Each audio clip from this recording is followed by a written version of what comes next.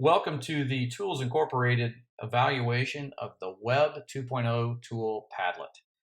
A quick description of Padlet is what it states simply is that it's a discussion board for online discussion and usually used in education. But I would say it's far more than just a discussion board as we take a look at it and we look at the different options once we get into this. So where you see right now is the dashboard for Padlet, and this is where you get to after you sign up. You can sign up with a Google account, or you can actually create your own account using an email and a password, and you can get a free account. And as you look at the dashboard, there are 4 options up here, but there's really only 3 because the 4th one is about upgrading.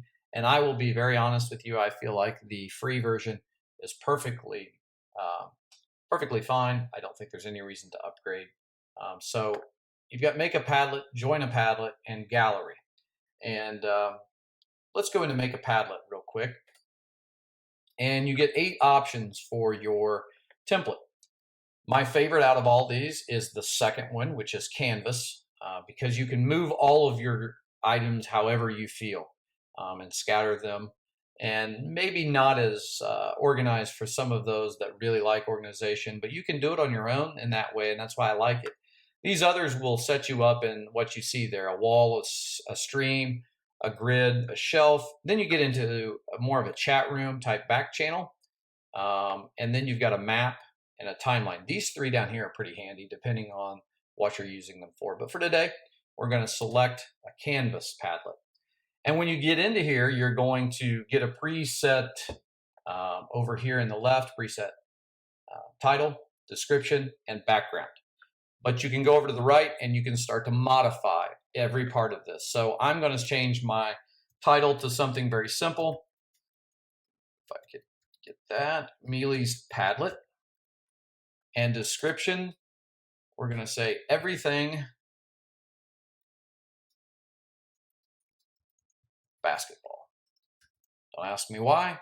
It just felt like the description I wanted. So as you can see, those have changed over here. Now an icon, I very rarely use the icon feature, but it does open up a lot of emojis. And since we're doing basketball, I went over to the sports, and you've got all kinds of different options here of emojis, but I go to the sports. I'm going to click on the basketball. You can see that it puts it right there. And I'm going to go ahead and click back.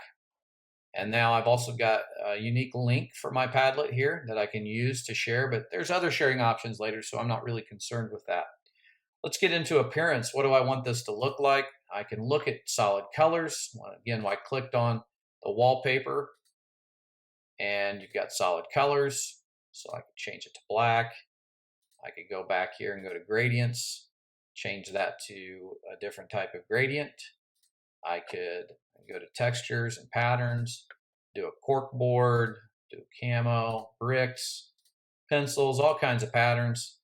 And I go to pictures, and you've got a lot of different pictures here, none that really fit completely. I guess the chalkboard kind of does. We've got some notebook paper here. I'm going to stick with the notebook paper, but there you see the different options to customize. And then you also have the option of uploading your own. You can search for images, you can upload. So if we wanted to, we could search for basketball and see what it gives us. And we do get this, so let's see what happens. We plug that in, looks pretty good. So we could upload, we could paste a link, take a photo, or we could draw in the background. So a lot of engagement already if you assign this as something for a student to use to build a project, to build a portfolio, to do a lot of things that maybe you want them to create their own Padlet. Look at all the customization that they have right off the bat. And as we keep going down, we can change the color scheme of our posts that we'll be putting in. We can change our fonts, and as you look in the left-hand corner there, you can see how when I click through these, they change. But anyway, I'm going to stick with that. Now, there's some posting things that if you're a teacher, you want to pay attention to. The first one being that if you post a discussion board or something, it says display the author name above each post. Well, if I'm a teacher, I would want to click on that so I could see the students' names or whoever was answering on the post. I also, on comments, would like to allow viewers to comment on posts. Well, definitely on the discussion, and many times, if I want this to be engaged and collaborative, I absolutely have to open those up. Now, on reactions, I would stay away from these, but it's up to you. but it's just likes and votes up and down and that type of thing. And if students get into this, it can kind of lose the engagement a little bit because they'll be more concerned with the likes than they will be concerned with the actual activity. So on content filtering, gives you a little bit more ability to manage what's going on. And in here you have the require the moderator to approve anything. I would always put that on. That would be good.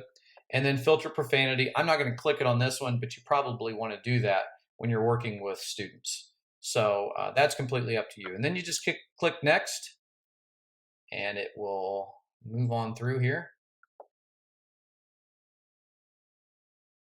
And we're all set to post. So it says start posting. So how do we start posting at this point? Well, down here in the right-hand corner, you have the little plus sign, and you just hit that, and it'll pull up. And again, I'm in Canvas, so I can take this and move it wherever I want. So I've got it over here. So let's say I'm going to do a simple title here. Let's say basketball greats. And under that, my description is going to be Michael Jordan. And then I've got these options underneath here of a lot of different opportunities to do some things. I can upload a file from my computer. I can link one with my URL. I can Google search. I can snap a picture. I can capture my own video. I can voice record. I can record my screen inside of Padlet. I can draw. I can place a location. I can link other Padlets. So this right here and playing with these are very, very big for Padlet to be able to use so much different media. It really takes this more from that discussion board and really increases engagement for students, because these are things that really turn it into more than just a discussion board. It can be linked with so much stuff. But for the time being, I'm going to go over here and use the search bar, and I'm going to look for Michael Jordan. And I'm going to search that, and let's see, I've got a good image right here. Let's click that, and let's add that. It didn't add quite in how I wanted it to. Let's try that again. Cut him off a little bit. Let's try that one. There we go. So now what you see here after this comes in is this could be a question. It could be a debate. Is Michael Jordan the greatest player of all time, or something like that? If I put that up there, I could switch that out and change that.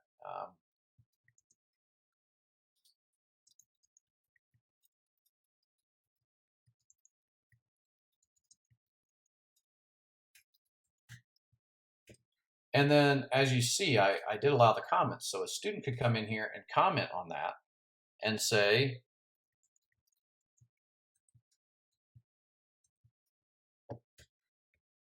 and then you see now that after that comment's made, I'll have a comment one here, and I open that up, and it says, he is the GOAT. Now, if this were a discussion, another student could come right in below that, and then you've got your discussion board going.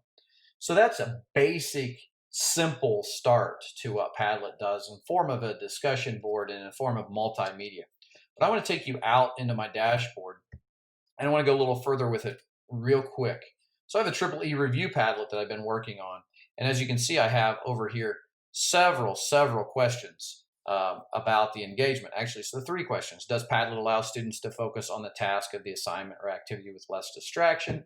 Then it's got the next question about whether it moves from passive to social learners. And then it has the motivation of learning process.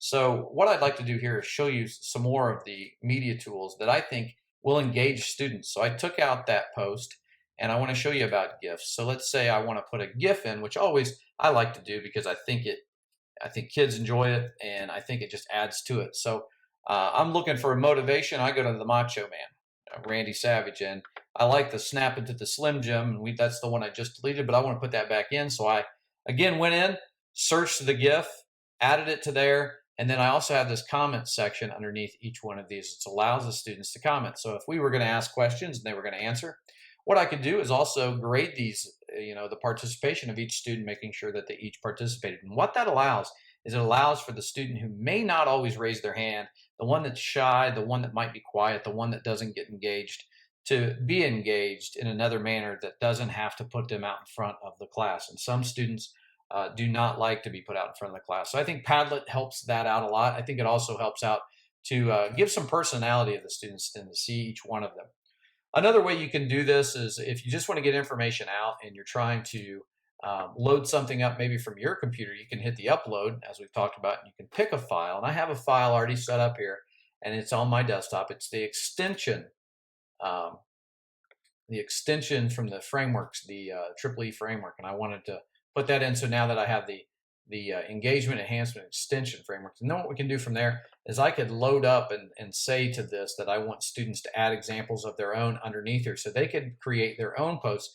So if they wanted to create Triple E framework extension, engagement, so they could look in here and even add their own post underneath, and they could answer to that. For the sake of time, I'm not going to search or add a description, sorry.